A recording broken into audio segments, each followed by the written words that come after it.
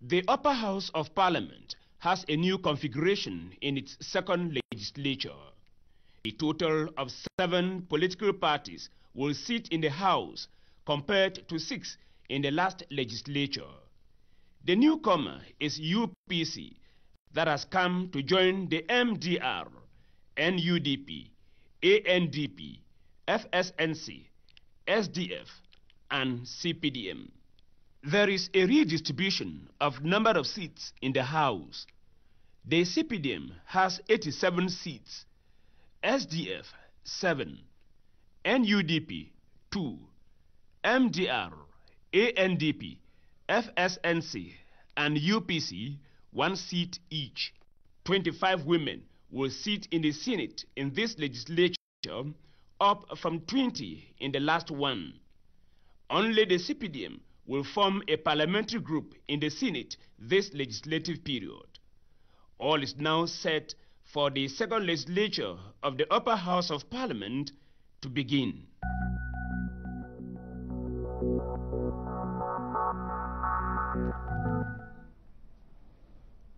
And they will be meeting as of right on the 24th of this month. That's the Tuesday after next. That's in I don't know how many days from today. But I'll go to the political scientists first.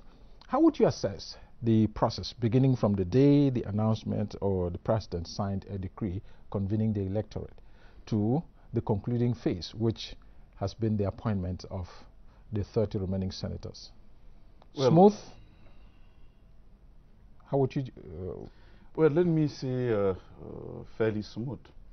But the personal interpretation, I should say, I think he was putting the cart before the horse. And like I said, in politics, we do everything to see how to manipulate to gain power. That said, I think we were not supposed to have senatorial elections before council elections, because you realize that there are councillors who are going out who are voting senators. But of course, the politicians and political parties accepted the game and they went into it. And in that game, I think everybody was very sure that the CPDM was going to take a huge, I should say, obvious majority.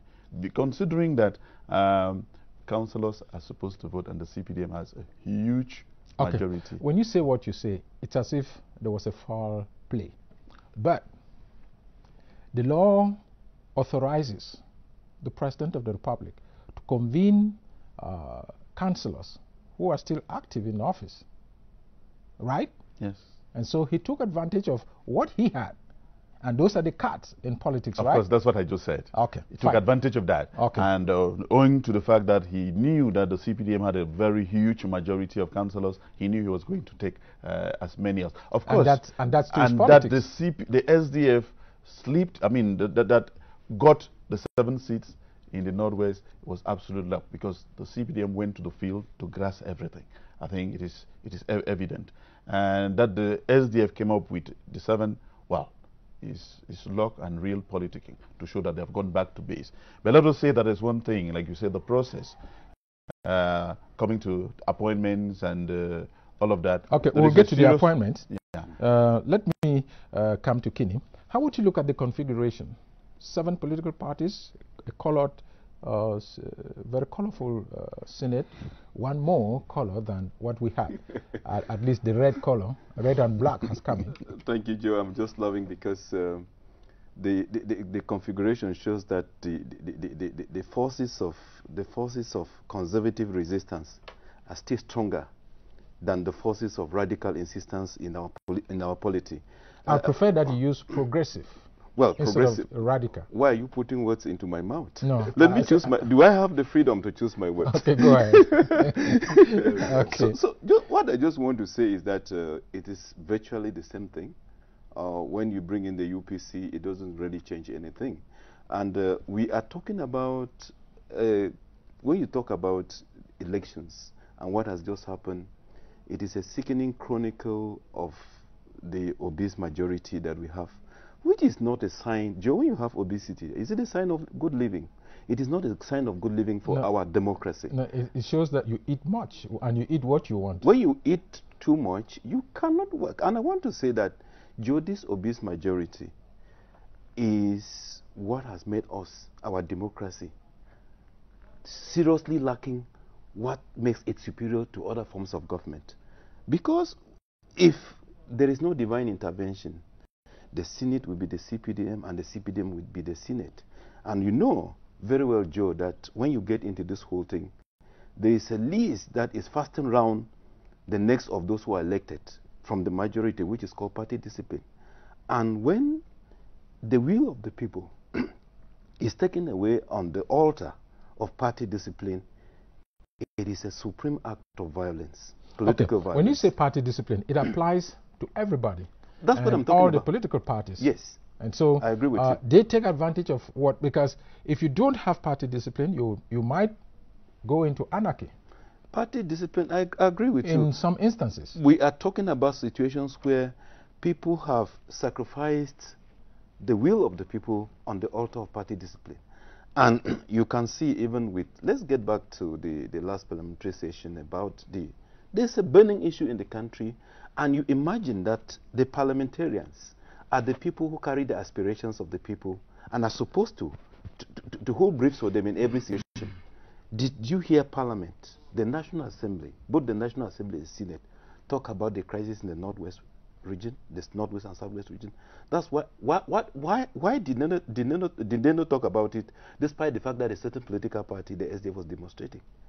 The other side, the majority, held on to party discipline. Okay. Which is the problem with the obese majority. Okay. Remember that obesity is a pathology that only leads to it can only lead to, you know. We don't want to get into medical gymnastics here. There are people who are... It holds sway for politics. Okay. Now I'm saying that you can only have, you know, cardiovascular diseases when you maintain the obesity. It is dangerous for democracy. Even slim people can have cardiovascular disease. Okay.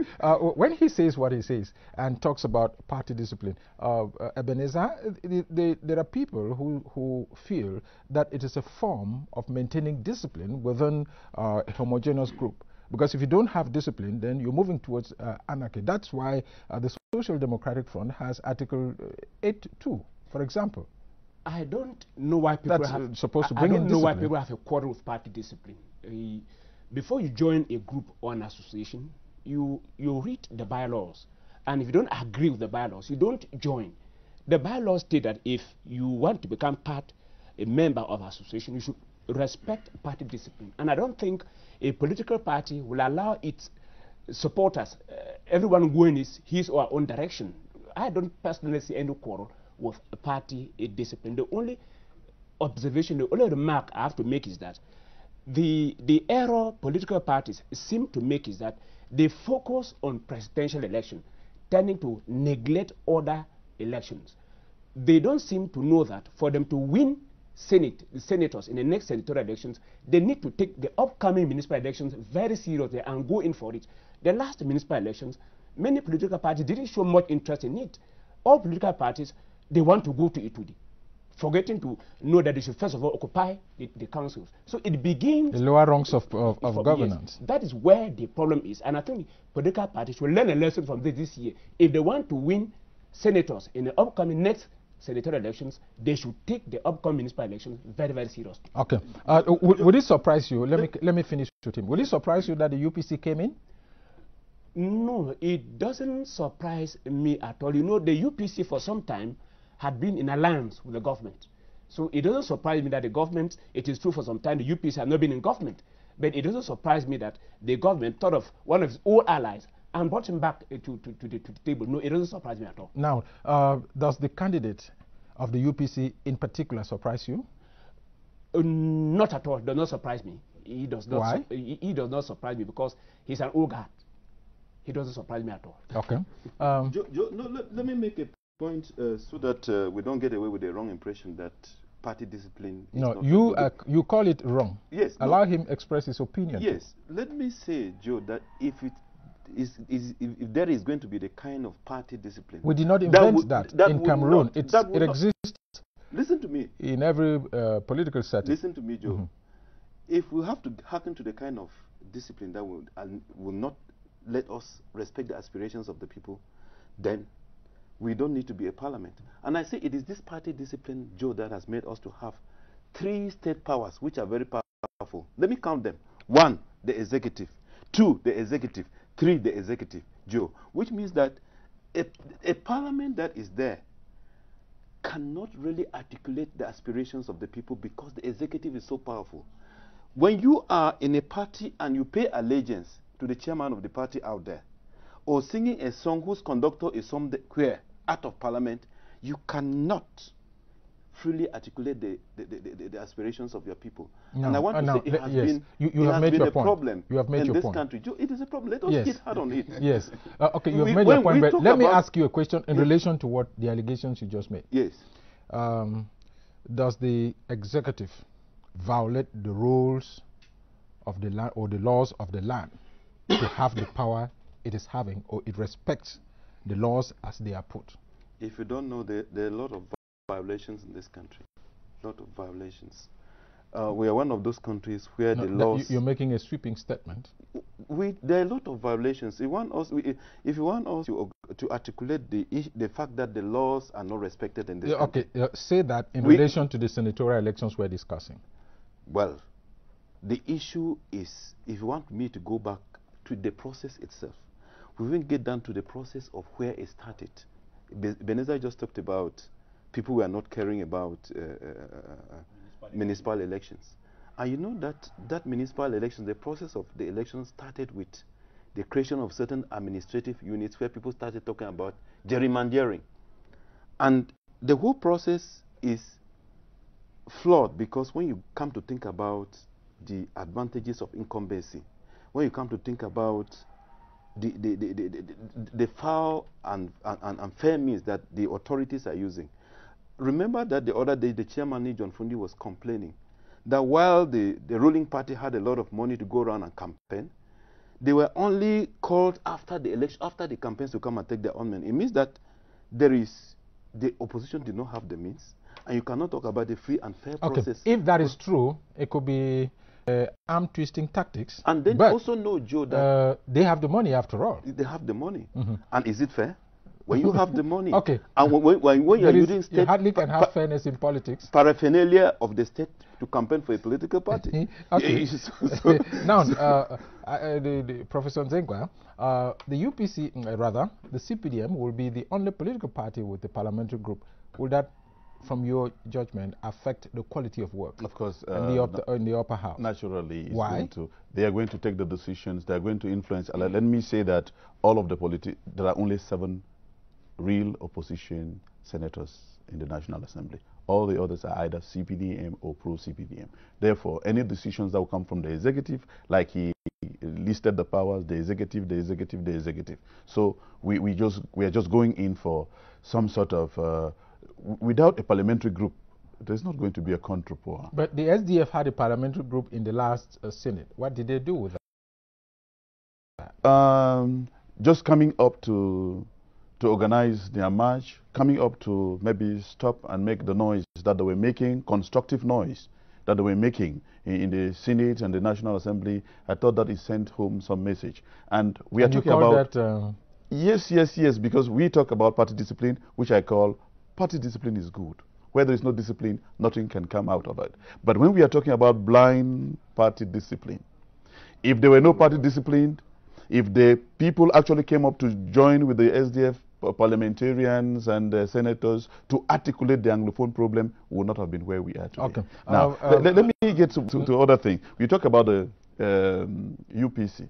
Yes, you asked whether he was surprised. Yes, I'm very, very, very surprised that the UPC senator came from the Southwest region, where one would have expected that the UPC militant or senator should come from where the party is stronghold. Right, but that was not the case. And what we can also read is that the president seemed to be very loyal to their allies from the northern regions, because all the allies from the northern regions are all represented, at least for a seat.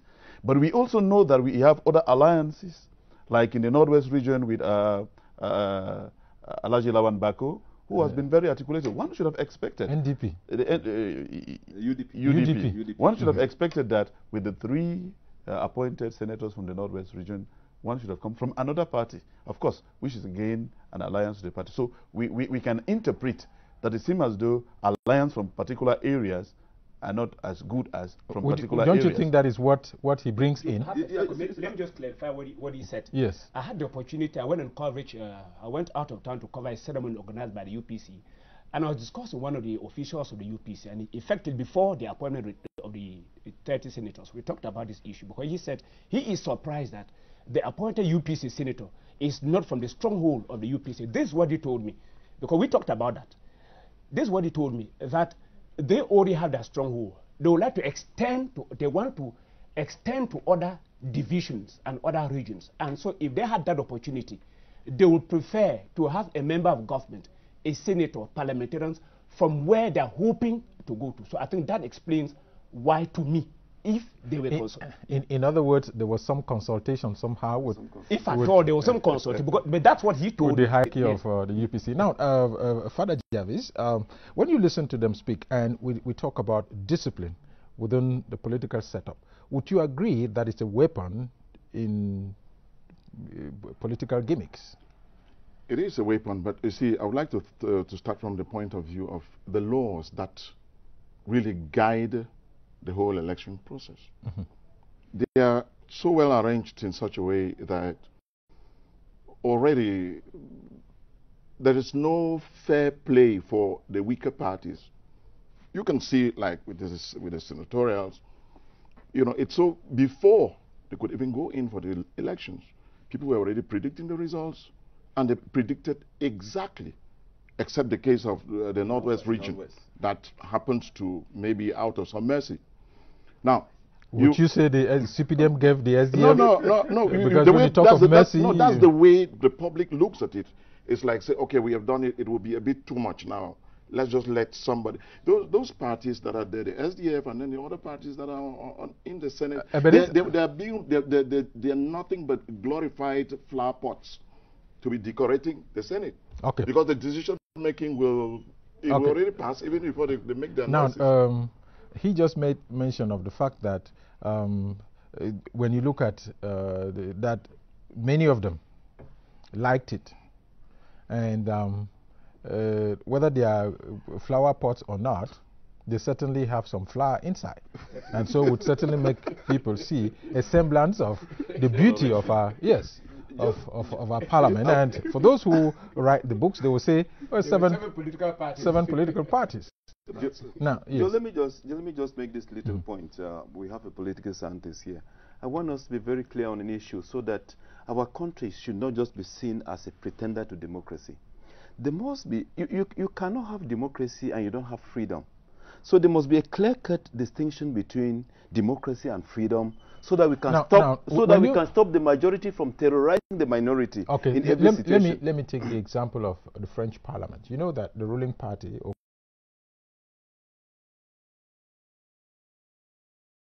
coalition in France had an overwhelming... Is that where we should take our inspiration from? Of course, they are in the first world. You can't do without taking from here or there when you see the examples. What about UK? What about the US? There are times where the ruling Labour Party or Tory Party, if you want, wins a crushing majority, and so that you can have. There are times in the US where you have Congress belonging to one party. That's it's good you said at times. Yeah, of course, it's not every time. Yeah, it's good you said at times, because we've had times in Cameroon during the 1992 election where the CPDM was in the minority, but the opposition did not succeed in taking advantage of the majority which they had in 1992. This we must make mention of that too. Okay, but that's not the problem now. I wanted to ask you this question: how would you interpret the very strong presence of powerful traditional rulers in the upper house of Parliament? It is very important, because you know they wield a lot of power out there. Before partisan politics eroded some of their powers, they were the law in their area. So it is important for a political party like the ruling CPDM party and any other party to look up to traditional rulers, because they have influence within their areas. Another very important issue in the new dispensation is that we have 3 lawyers coming, which I'm not looking at the level of debates at the Senate.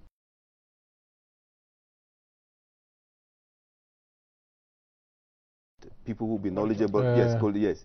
We have 2 journalists. We have 3 lawyers who are coming.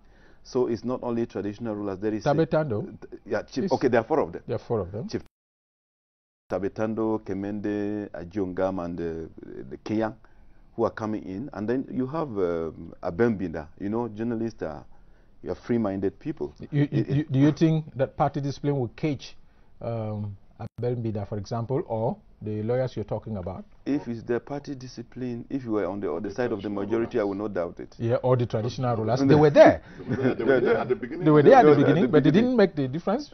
Even though we had these people of quality, which you're talking about. These are people, Joe, who come carrying the aspirations of the people on their shoulders until something happens inside there, when they are given the do's and the don'ts.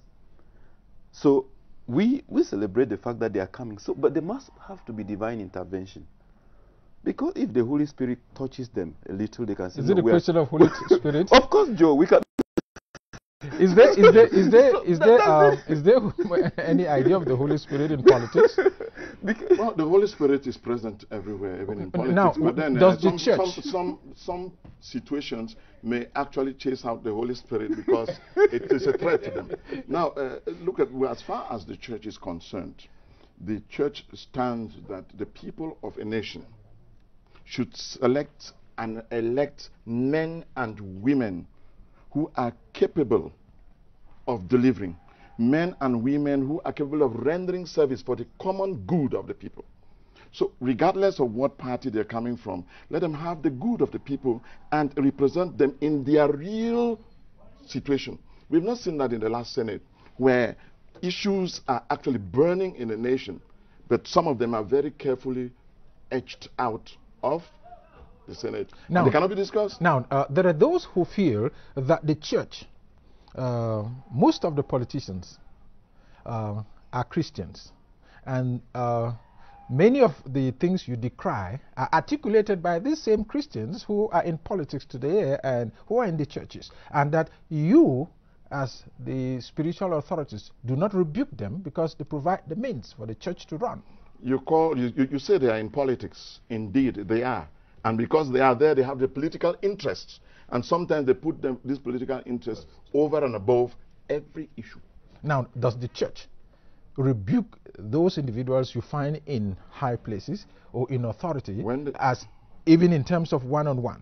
When the church rebukes every situation, those who are found in the situation are all rebuked. They don't need to call particular names and say, you do this. That may happen in some situations, but the church goes out and gives out the message to everyone. Now, and where the cap fits, people wear them. But some people actually, when they start talking about meddling in, that's where the meddling now comes in. But there are times when you get money from some of those people, and when you say when you get, I mean the money, church. I'm not talking to you as an individual. You contribute in your church. Yes. So you mean that every Christian who is contributing and maybe giving alms and tithes in church, therefore his or her opinion must stand paramount. Then the church will be a bunch of confusion of opinions. Okay. The truth always stands, even for those who give the money, wherever they do give, and those who receive too. We just received Elvis Teke reactions on. Yes, Joe, we have had a good number of reactions on Facebook, particularly relating to the church and its role in peace building. We have this one from Akwi Janet, who said that the church is supposed to be the voice of the voiceless, but unfortunately in the case of the Anglophone crisis, I have not seen the church being very active. And we have this other one from Kamto Jude, who says the church has been organizing a lot of prayer stations and ecumenical services, which has brought different churches together, but unfortunately authorities don't seem to be taking what the church is saying seriously. And we have this other one relating to the senatorial elections. We have come to Robert Munkwe, who says there is only one party's group in Cameroon Senate, so we are practicing one party system. And Domain Euphonui says the lofty ideas from the debate on the press asset are not always does not always influence government action. And Kwa A.K. Ngwa says the 25th March senatorial elections is just one among the 4 elections to be held in Cameroon in 2018. And even though they were held under tense atmosphere, especially in the northwest and southwest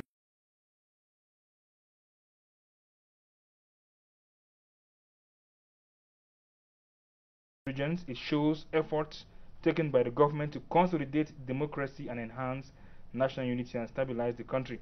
And he hopes that the senators appointed or elected will use their wisdom to work for the development of the country. Thank you very much. Maybe a last word, Ebenezer. You hope the Senate will deliver? The Senate has the opportunity to make... And the obligation to? Yes, to make its impact felt, because the common man doesn't quite seem to see what difference the Senate has made. Okay. The same thing that are done in the National Assembly are done in the Senate. The Senate, this is another opportunity for you to make an impact. Show Cameroon that you merit to be there. Okay. Father? Yes. If they are elected and appointed, they are not just appointed there to go sit and come out with pre-decided things that have already been planned behind, Let them articulate the difficulties of the people, the reality of the people down there, and let them do their services, render them for the common good. Thank you very much.